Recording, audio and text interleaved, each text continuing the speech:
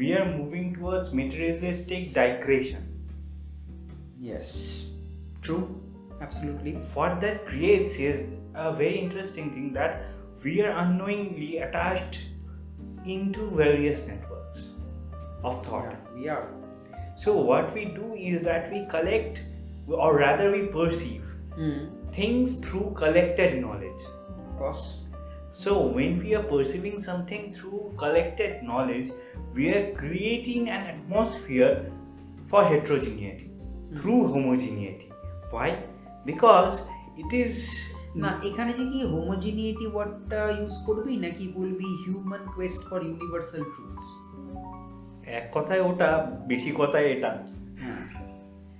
এবং এই যে ব্যাপারটা, এটা যেটা করে সেটা হচ্ছে আমাদের রিয়ালিটিকে মাল্টি মোডাল আর্টিফ্যাক্টের সাথে তুলনা করে। তো এইটা করার সাথে সাথে যেরকম আমাদের ডাইরেক্টিং মেটেরিয়ালিজম, মানে বলতে বলতে এইসব জিনিসপত্র চলে আসবে, চেষ্টা করছি না আনার, তাও চলে আসছে। তো মানে এইসব জিনিসপত্র যেগুলো করছে সেগুলো বেসিক্যালি একটা জিনিসকে আমরা ক্যাটাগরাইজ করতে পারি একটা ভাবে, তার জন্য কিছু প্যারামিটার্স লাগে। ওই জন্য আমরা ক্যাটাগরাইজ শব্দটা কিন্তু, বা ক্যাটাগরি শব্দটা, without the parameter we can not use that.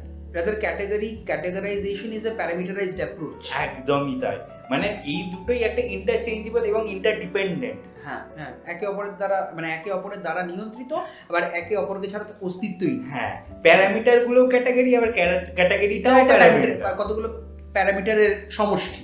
একদমই তাই, একদম।